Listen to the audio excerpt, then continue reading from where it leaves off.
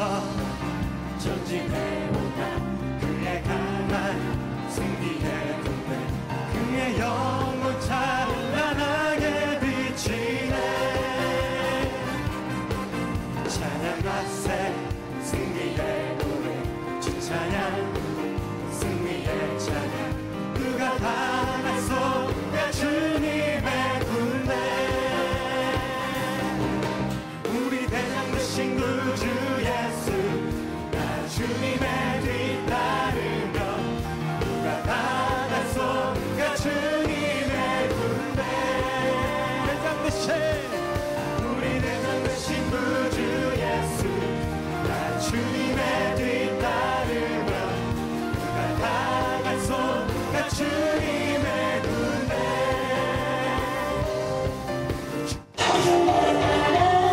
내 영혼아 찬양하라 내 영혼아 내 속에 있는 것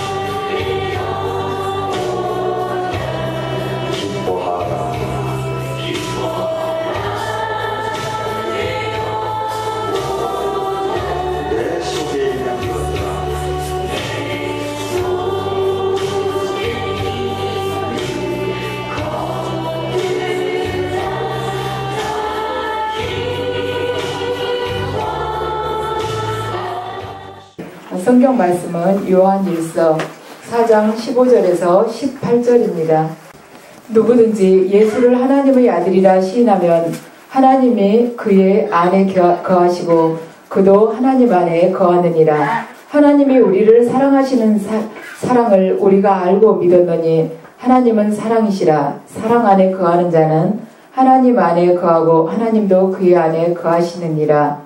이로써 사랑이 우리에게 온전히 이루어진 것은 우리로 심판날에 담대함을 가지게 하려 함이니 주께서 그러하심과 같이 우리도 이 세상에서 그러하니라. 아멘. 이 시간에는 세상 속에서 우리들이 어떠한 신분을 지니고 있는지에 대해서 말씀을 드리겠습니다. 주께서 그러하심과 같이 우리도 또한 그러함이니라. 우리가 주님과 똑같은 모습으로 변화시키기 위해서 하나님께서 주님을 이 땅에 보내셨고 우리들이 또 삶의 목표를 거기에 두기를 살기 원하고 계십니다. 자, 그리스도인의 삶은 십자가에 있는 것이 아니라 십자가 때문에 있습니다. 우리가 십자가를 지고 또 그 길을 통과하기 위해서 수많은 자기 부인과 자기 절제를 하면서 끝없이 나를 깎아내는 그 과정의 아픔을 크게 생각하는데 말하자면 그것이 목표가 아니라 십자가 때문에 그리스도인의 삶이 있다는 것입니다. 그러니까 십자가가 그리스도인에게 있어서는 끝이 아니고 그리스도인에게는 십자가가 바로 시작이라는 뜻입니다. 그리스도인의 삶으로 들어가는 입구에 바로 십자가가 있습니다. 예수님조차도 십자가를 지시면서 그 십자가만 바라보고 계신 것이 아니라 그 앞에 있는 그 기쁨을 얻기 위해서 십자가를 지셨습니다. 히브리서 12장 2절을 보면 그는 바로 그분이시죠. 예수님.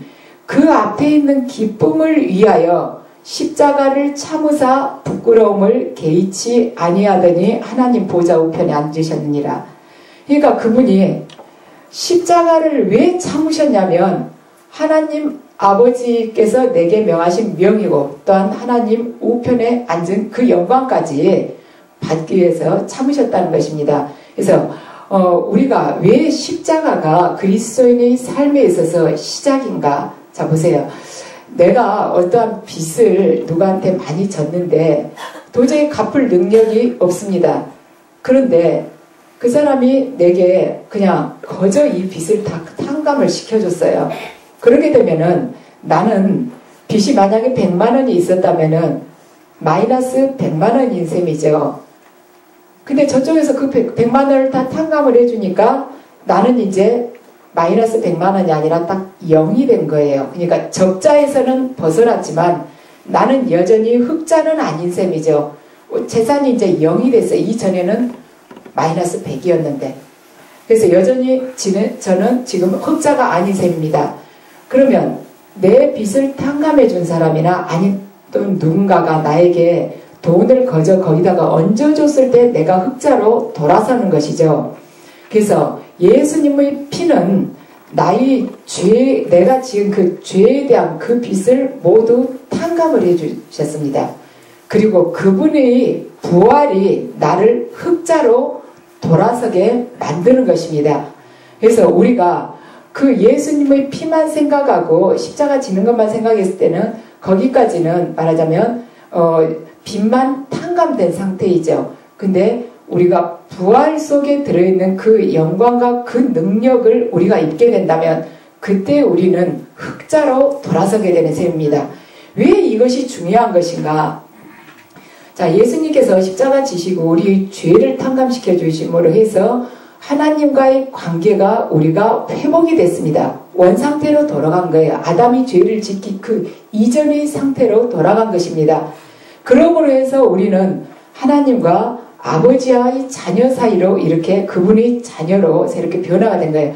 그래서 우리가 정체성이 회복된 것이고, 그리고 그분이 자녀가 되면서 예수님께서 십자가 지신 그 후의 그 부활의 그 영광을 통해서 우리가 뚜렷한 목표의식이 새롭게 정립이 되었습니다. 그래서 예수님께서 가난해지심으로 해서 우리가 부유하게 되었고, 그분이 매 맞으심으로 해서 우리가 질고로부터 해방이 되었고, 또한 그분이 죄가 되셔서 우리가 하나님의 의가 되었습니다. 그런데 왜 내가 그분이 당하셨던 것처럼 그 고난을 당해야 되는가? 그분이 말하자면 모든 이 십자가를 지심으로 해서 이러한 모든 선물을 우리에게 주셨는데도 왜 우리가 고난을 당해야 되는가?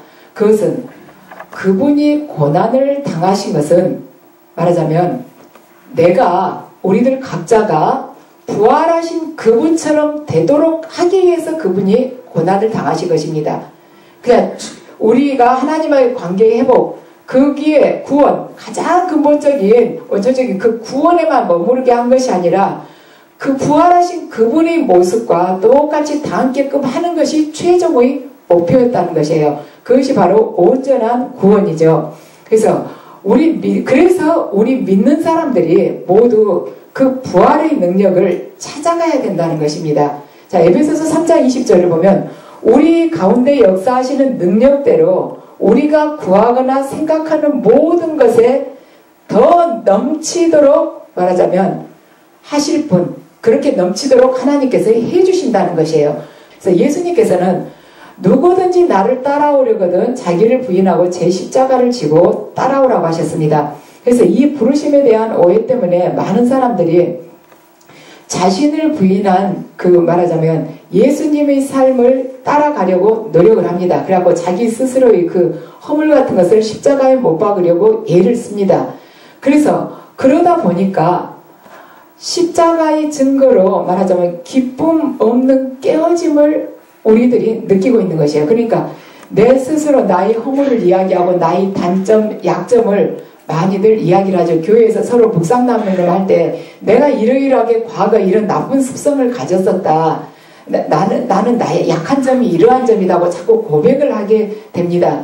그렇지만 그 고백이 내 자신을 낮추고 내 자신을 부인하는 그러한 동기도 가져올 수 있지만 어떻게 보면 내 자신이 주체가 돼가지고 은연중에 교만해지는 그러한 길이 될 수 있습니다.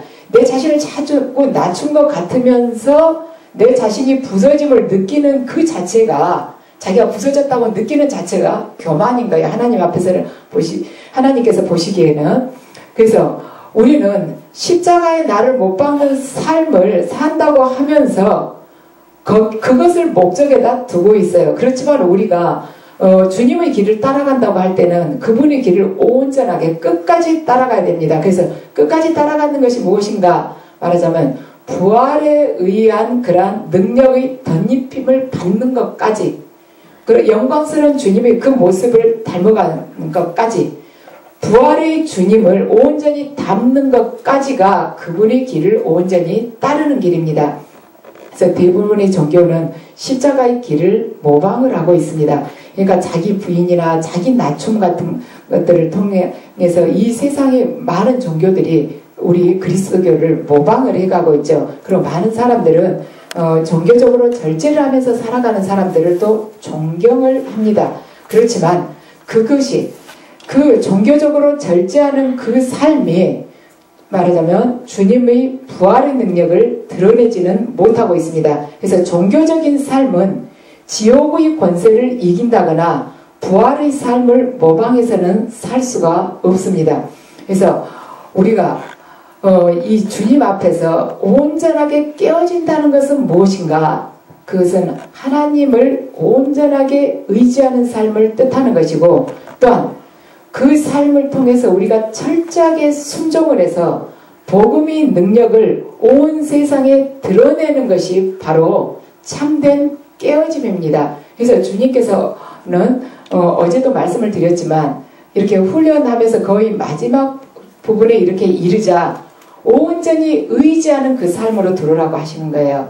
그래서 온전한 의지함은 내 스스로가 내 의지에 의해서 나를 부인하고 내 스스로 막 깨지려고 나를 느끼는 그것이 아니라 내 자신마저도 모두 잊어버리고 하나님이신 그분만을 의지하는 것. 그러니까 내 자신에 대해서 모든 생각마저 존재마저도 잊어버리고 그분께 의지하는, 그분이 나의 온통 100% 내 주인이신 왕이신 그 삶으로 들어오라는 것입니다. 내가 내 자신을 막 깨부수고 바꿔야지, 고통스럽게 내 자신을 절제해야지, 이것조차도 내가 살아있다는 것이에요. 그러니까 그것 자체도 다 잊어버리라는 것입니다. 그래서 주님께 100% 의지하는 삶, 그 삶을 지금 우리들 각자에게 원하고 계십니다. 그러할 때 순종하는 것이 절대로 어렵지가 않습니다.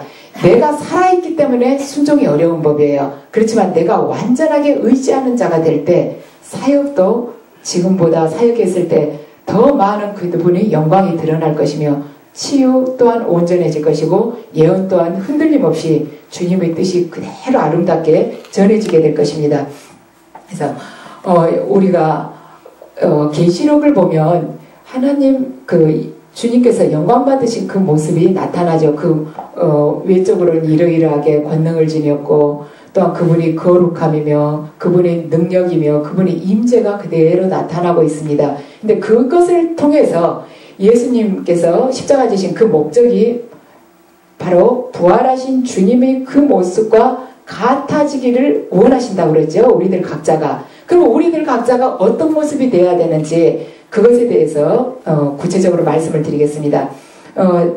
제가 저번에 그 권능의 주님을 봤었다고 말씀을 드렸습니다. 그 계시록에 나오는. 근데 그 다음 집회 때 주님께서 비밀을 알려주겠다고 그러시면서 한시로 보여주셨는데 그 장면은 마지막 그 심판날의 그 모습을 보여주셨습니다. 근데 하늘이 깜깜해지면서 그렇게 될 것 같아요. 그날 본 걸로 봐서는 하늘이 갑자기 밤처럼 까맣게, 그러니까 태양이 빛을 잃은 것이죠. 온 세상이 까매지면서 갑자기 하늘에 우리가 이렇게 캄캄한 방에 커튼을 쳐놨다고 생각을 했어요. 밖은 환한데 그럴 때 커튼을 열면 빛이 쫙 들어오죠. 그런 식으로 하늘이 딱 갈라지면서 하얀 빛이 쫙 들여지는 것 같더니 양쪽으로 갈라지는 듯 하면서 빛이 딱 쏟아지는 것 같더니 한가운데서 그냥 불이 뭘로 그냥 쏟아 붓듯이 불이 이 땅으로 막 쏟아져 내려오는 것이에요.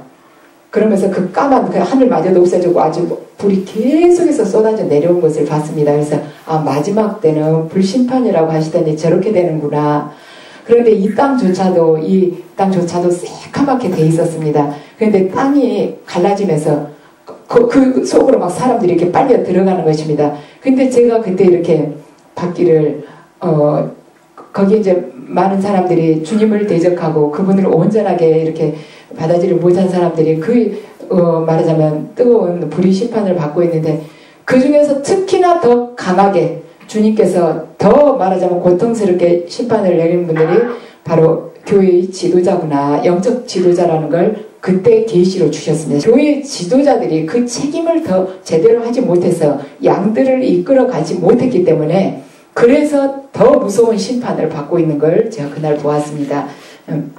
그래서 우리들 지금 우리는 그러죠. 그거 까마득하게 먼 일처럼 생각이 되지만 그날 제가 계시 받기로는 얼마 남지 않았다고 그렇게 계시를 받았습니다. 자, 요한계시록에 나온 그 주님의 영광스러운 모습을 통해서 우리가 무엇을 배울 수 있으면 우리가 그분의 그 모습을 담기 위해서 어떠한 걸 갖춰야겠는가, 어떤 모습이 우리의 내적, 외적인 모습을 통해서 드러나야겠는가에 대해서 말씀드리겠습니다. 첫 번째는 영광이 드러나야 되는 것이죠. 이것은 예수님의 임재를 뜻하고 있습니다.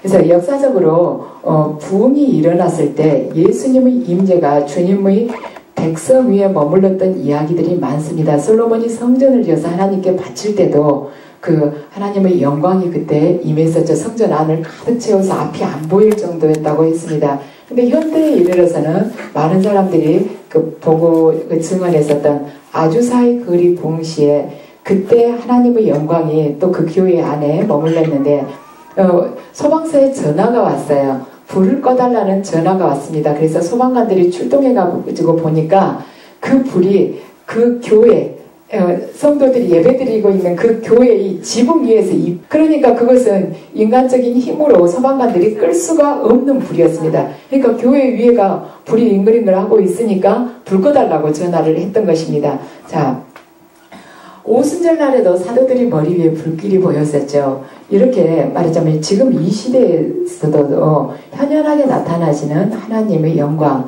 그것이 우리들을 통해서는 또한 어떻게 나타날 수가 있겠는가. 우리들을 통해서 열매 맺는 삶을 우리가 맺어갈 때 그 삶을 통해서 주님의 영광이 드러나게 될 것입니다. 그러면 열매라는 것은 외적인 열매가 있고 내적인 열매가 있습니다. 외적인 열매는 성령의 은사를 뜻합니다. 그러니까 지금 우리는 눈으로 보이는 그 은사만을 지금 한번 이야기를 해보기로 하죠. 은사도 여러 가지가 있습니다. 재능, 건강, 재물, 외모 여러 가지가 있지만 이 시간에는 그냥 영적인 은사만 가지고 말씀을 드리겠습니다. 자, 외적인 은사는 하나님의 권능을 드러내는 그 영적인 권능을 드러내는 은사를 뜻하고 있는데 그 중에서 지금 은사 중에서 눈에 뚜렷하게 그렇게 확연하게 이렇게 잡을 수 없는 것, 그것은 믿음의 은사이죠. 나머지는 다들 이렇게 눈으로 봐서 확인을 주로 할 수가 있습니다.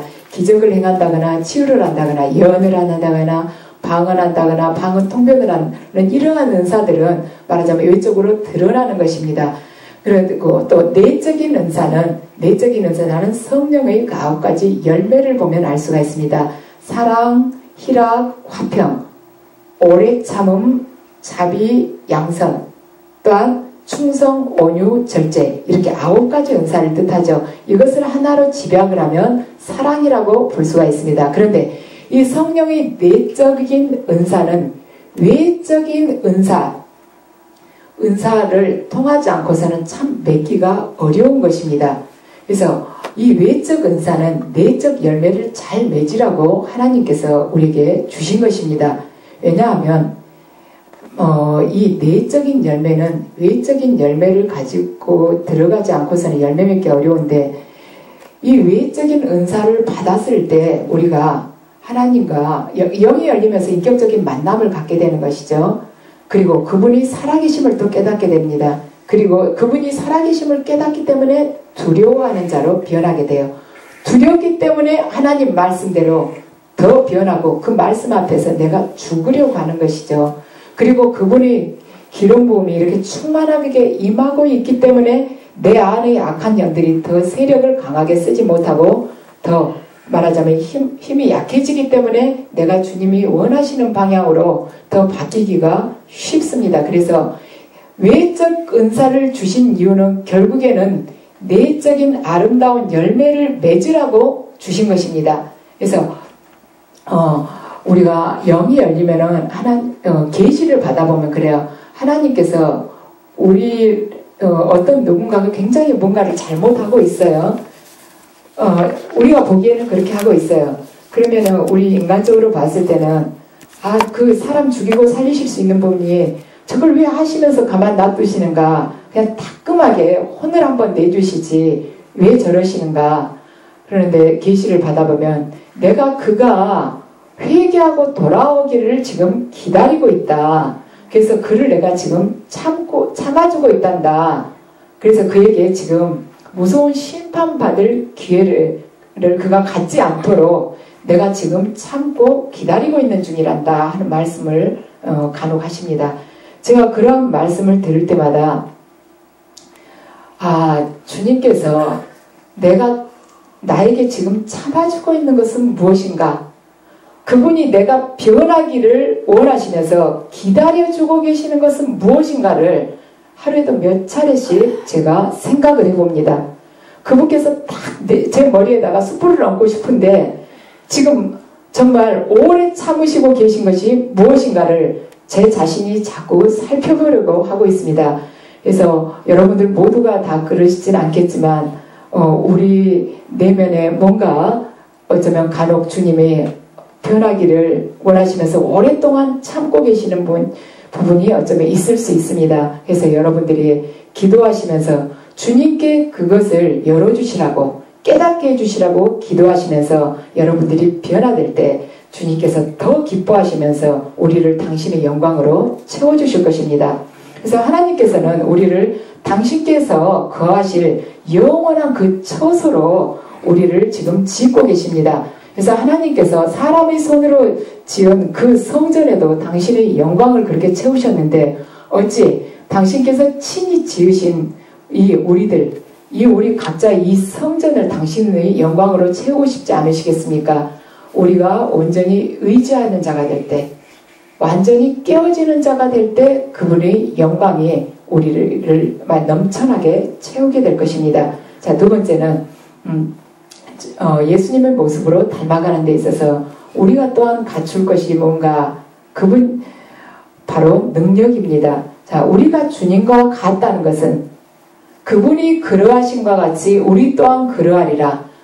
그분이 모습과 똑같이 우리 또한 그렇게 변화되리라는 뜻입니다. 그래서 예수님의 모습과 같아진다는 것은 말하자면 계속해서 주님처럼 능력이 나타난다는 것을 뜻하고 있습니다.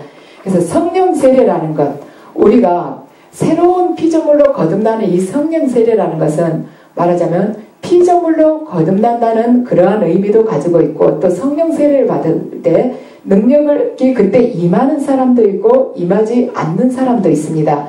그래서 그날 우리가 성령 세례를 받게 됐을 때 우리는 하나님의 자녀로 새로 거듭나는 그 은혜도 있게 되지만은 우리가 말하자면 온전한 회개를 하고 바른 삶을 추구하면서 걸어가게 될 때 그분이 능력을 더 덧입혀 주시고 우리는 성화된 삶을 살아갈 수 있을 것입니다. 그래서 능력이라는 것은 말하자면 온전한 믿음으로 채워지고 하나님 중심으로 살아가는, 그리고 행하는 그 교회를 통해서 시각적으로 뚜렷하게 보이는 증거입니다. 그러니까 하나님 중심으로 그대로 행하는 교회가 드러내는 것이 뭐냐면은 바로 능력이라는 것입니다. 그분의 능력이 덧입혀진다는 것입니다. 그래서 교회에 능력의 공백이 생기게 되면 사이비 종교가 판치게 되거나 거짓 예언 은사를 행하는 사람들이 말하자면 그들이 넘쳐나게 됩니다. 그래서 세상 많은 사람들은 교회보다는 어디를 찾아가게 되냐면 무당이나 사이비 종교로부터 도움을 받고자 합니다. 그들이 앞으로 되어갈 일, 앞으로 누가 대통령이 될 것인가, 내 자식이 말하자면 요 직장을 가면 좋겠는가, 여기 가면 좋겠는가, 또 저 아가씨하고 결혼하면 좋겠는가, 이 아가씨하고 결혼하면 좋겠는가, 이런 거 물어볼 때 되게 무당을 찾아가게 됩니다. 또한 아픈 사람들은 당연히 합법적인 말하자면 의학의 도움을 얻으려고 합니다. 그 이유는 뭐냐면은 우리들 대부분이 하늘의 능력을 덧입지 않았기 때문에 그들이 우리를 찾아와 봐야 아무런 도움을 받지 못한다는 것을 알고 있기 때문에 이 크리스찬을 찾아오지 않는 것이에요. 그들뿐만이 아니라 믿는 이들도 교회 안에 그 능력이 없다는 걸 알고 있기 때문에 믿는다 하면서도 무당을 찾아가서 답답한 마음을 털어놓고 거기서 문제에 대한 답을 구하고 위로를 받고 오고, 병이 들었다면 바로 병원에 예약을 해서 쫓아가게 되는 것입니다. 그것은 성도들이 하나님의 능력을 받지 못했고 그것을 행하지 못했기 때문에 책임져 줄 수 없다는 그들이 확신을 가지고 있기 때문에 그러한 결과를 맺게 된다는 것이죠. 그렇지만 인간이 어떠한 추측에 의해서 내리는 판단, 또한 사이비 종교에 빠져서 그들이 영적으로 말하자면 맹인이 되어 있어서 그 맹인이 된 그 상태에서 살아가는 삶, 그 자들이 갈멜산에서 엘리야, 말하자면 엘리야의 세대들, 그러니까 하나님의 능력으로 덧입힘 받는 이 세대들과 대적하게 될 때 반드시 엘리야의 세대들에게 승리를 안겨주는 그러한 날들이 돌아오게 될 것입니다. 자, 세 번째는 주님과 닮아가게 된다는 것은 바로 승리하는 삶을 뜻하게 됩니다. 예수님께서는 지옥의 권세, 죽음, 또한 죄의 세력을 모두 정복하셨습니다. 그래서 그리스도의 승리의 근거에서 사는 사람들은 과거의 영향 밑에 있는 사람들과 다른 태도로 살아가게 됩니다. 이들에게 있어서는 모든 것이 죽어서 장사되었고 또한 잊혀졌고, 그러니까 그들의 죄가 하나님으로부터 잊혀진 것이며 또 주님의 보혈로 모든 것이 덮여졌습니다. 그들이 증거할 것이라곤, 이들이 증거할 것이라고는 주님께서 이러이러하게 십자가를 지심으로 해서 우리가 죄와 죽음과 마귀의 세력으로부터 온전히 자유롭게 되고 우리가 이제는 그분으로부터 능을 입어서 그 세력을 정복하고 다스리는 자로 변하게 되었다. 그러한 간증만이 우리에게 남아 있습니다. 그래서 그리스도의 승리의 근거에 사는 것은 바로 우리 성도들이 특권입니다. 그러니까 예수님께서 그 모든 것을 승리로 취하셨는데 그 바탕에 사는 것이 우리 신자들이 특권인데 우리가 그 특권을 잃어버린 것입니다. 그래서 이것은 그 승리의 근거에서 사는 삶은 우리에게 있어서 전쟁이 없는 삶을 너에게 허락한다는 그 뜻이 아니라, 그러니까 예수님께서 말하자면 죄와 죽음과 마귀의 세력을 다 멸하셨다 해서 우리가 살아가는 동안에 모든 고통과 질병과 전쟁이 없을 거라, 영적 전쟁이 없을 거라, 이 뜻이 아니라 우리가 하나님의 말하자면 이 영광, 능력을 덧입고 살아갈 때, 거기에 의지할 때 반드시 우리가 승리한다는 그러한 보증입니다. 그래서 예수님께서 승리하셨음, 이 모든 것으로부터 승리하셨음을 깨닫는 것이야말로 승리하는 교회, 또 승리하는 성도가 되는 그러한 바탕이 될 것입니다. 간혹 주님께서 우리들에게 공격받는 것을 허락하십니다. 우리 누구에게 공격받으면 굉장히 무섭죠. 그 사람 얼굴 또 보면 또 들어오는 거 아닌가 하고는 눈 마주치기가 무서울 때가 있습니다. 한 2번 정도 계속 공격받으면 그럴 때 있어요. 그렇지만 그걸 가지고 여러분이 기피하실 필요는 없습니다. 왜냐하면 하나님께서 다 아시면서 허락하는 부분이기 때문입니다. 저 사람이 왜 저렇게 새카매가지고 남한테 이렇게 영적 공격받게 해서 힘들게 하나. 그 사람 안에만 있는 것이 아니라 내 안에는 더 큰 것이 있을 수도 있습니다. 하나님께서 그걸 내 안에 악한 영이 다른 사람을 공격해서 힘들게 할 수 있는 그 상황에서 막아주셨기 때문에 그런 상황이 벌어지지 않았을 따름이지, 내가 없어서 다른 사람이 공격을 안 받는 것이 아니에요. 그래서 남한테 공격을 받더라도 그 사람에 대해서 어떤 언짢은 마음이나 또 기피하는 마음을 여러분이 갖지 마시기 바랍니다. 하나님께서 영의 세계를 깨닫게끔 하고, 또한 그 공격이 들어오면 이 악한 영을 빼내기 위해서 우리가 계속해서 전쟁을 치러야 되지 않습니까? 기도하면서. 그걸 통해서 말하자면 하나님이 함께 하시고 또한 승리할 수 있고 또한 우리가 그 악한 영, 오라는 크기의 악한 영을 우리가 막 기도해가지고 주님이 영이 임해서 그걸 물리치게 됐을 때 우리가 그 후로는 오라는 이 악한 영을 밀어낼 수 있는 그 능력을 받게 되는 것입니다. 그 능력이 우리 안에 그때 임재를 하는 것이에요. 그래서 싸우면서 주님은 계속 우리에게 능력을 주세요. 그러니까 그러한 확신을 가지고 절대 두려워하지 마시기 바랍니다. 그래서 우리 또 그 주님을 보았을 때 또 우리가 무엇을 갖추면 되는가? 거룩함이죠. 이 거룩하다는 것은 능력은 하나님께서 우리에게 주신 선물이지만 거룩함은 하나님 본질의 아름다움을 지금 뜻하고 있습니다. 그러니까 하나님의 거룩함이 무엇을 통해서 지금 이 시대에는 드러날 수가 있는가?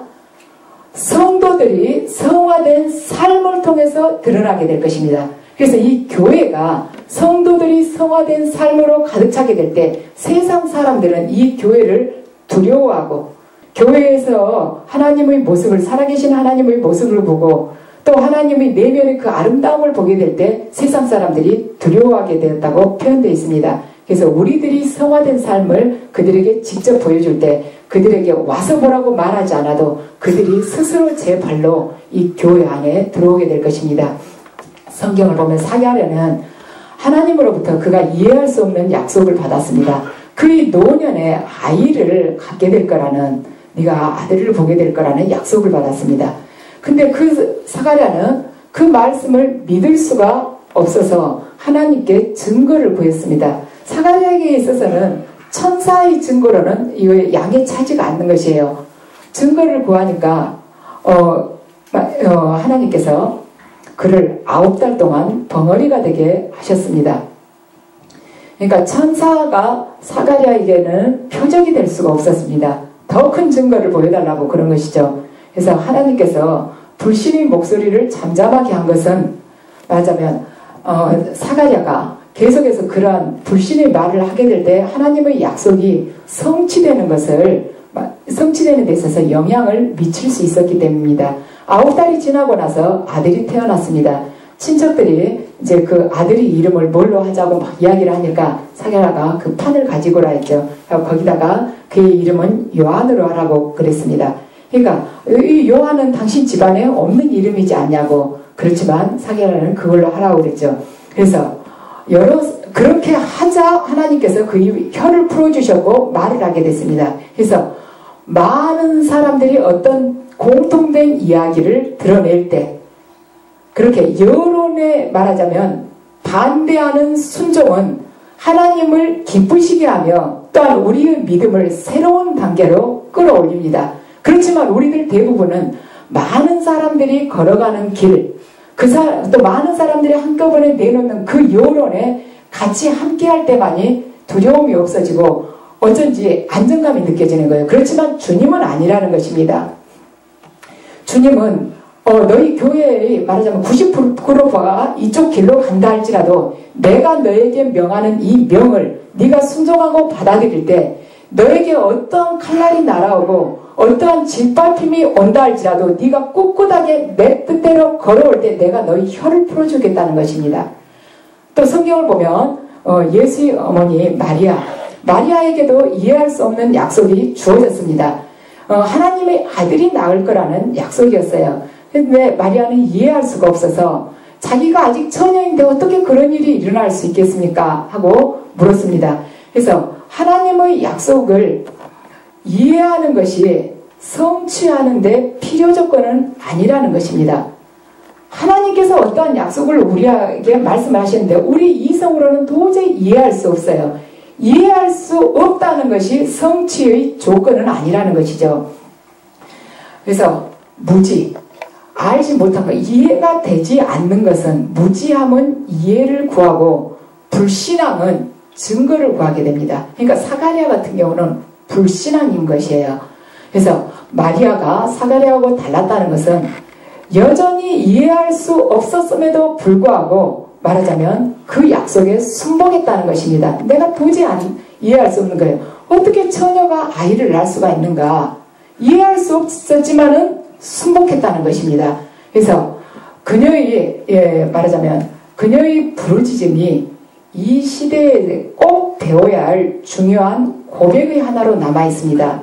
주님 말씀대로 그대로 내게 이루어지라는 그 고백이 이 교회에 지금 이 시대의 교회에 반드시 필요한 고백입니다. 그래서 우리에게 필요한 담대함은 말하자면 내가 어떠한 것을 확신하는 것, 확신하고 이렇게 내 의지로 밀고 나가는 것, 그것이 우리에게 필요한 담대함이 아니고 우리 안에 성령님께서 역사하신다는, 내가 그분 앞에서 바로 온전하게 깨어질 때 내 안에서 반드시 성령님께서 당신의 뜻대로 역사하실 거라는 그런 강한 확신이 우리에게 필요한 담대함입니다.